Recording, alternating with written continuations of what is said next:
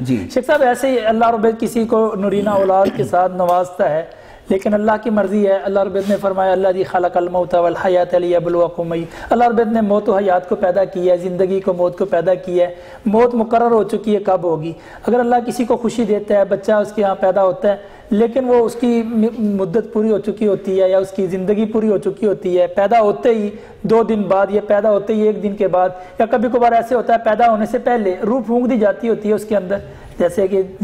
تذکرہ بھی موجود ہے، تو پیدائش سے پہلے پیٹ کے اندر فوت ہو جاتا ہے، اس کی جو ہے وہ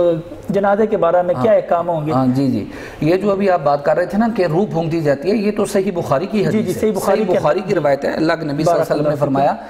کہ 4 ماہ کا بچہ جب شکم مادر میں ابھی رحم مادر میں ہوتا ہے تو اس کے اندر روح پھونک دی جاتی ہے، یعنی اس کے اندر جان پیدا ہو جاتی ہے، روح پھونک دی جاتی ہے،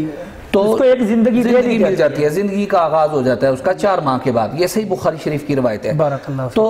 4 ماہ کے بعد اگر بچے کی ولادت ہو جاتی ہے، اس کو کہتے ہیں ناتمام بچہ، یعنی اپنی ولادت کے ٹائم اور وقت پورا ہونے سے پہلے پیدا ہونے والا بچہ۔ ایسا بچہ جو 4 ماہ کے بعد یعنی روح پھونکے جانے کے بعد اگر اس کی ولادت ہو جاتی ہے تو اس کی نماز جنازہ پڑھی جا سکتی ہے، ضروری نہیں ہے۔ اور اس کی دلیل ابو داؤد کے اندر بھی موجود ہے۔ ابو داؤد کے اندر روایت ہے السقط، اللہ کے نبی صلی اللہ علیہ وسلم نے فرمایا السقط یصلی علیہ، السقط ناتمام بچہ ولادت کا ٹائم اور وقت پورا ہونے سے پہلے بچہ جو ساقط ہو جاتا ہے، اس کی ولادت ہو جاتی ہے، اس پہ نماز جنازہ پڑھی جا سکتی ہے۔ تو لہٰذا ضروری نہیں ہے کہ آپ مساجد، جس طرح کہ ہمارے یہاں ہوتا ہے مساجد کے اندر اعلان کیا جاتا ہے، لوگوں کو بہت زیادہ اکٹھا کیا جاتا ہے، ایسا نہ بھی کیا جائے کہ 5 7 10 گھر کے افراد مل کے اس کی نماز جنازہ پڑھ لیں اور اس کو دفنا دیں، تو یہ یعنی اس کی طرف سے کفایت کر جاتا ہے، یعنی کہ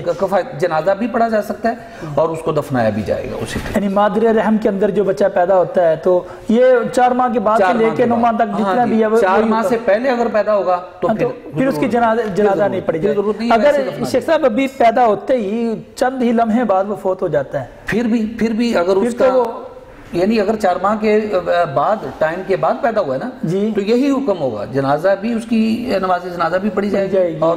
اگر 4 ماہ کے ٹائم سے پہلے اس کی ولادت ہو جاتی ہے پھر کوئی ضرورت نہیں، صرف اس کو دفنا دیں۔ پھر مادر رحم سے اگر وہ ہوتا ہے تو وہ ساقط ہو جاتا ہے، اس کو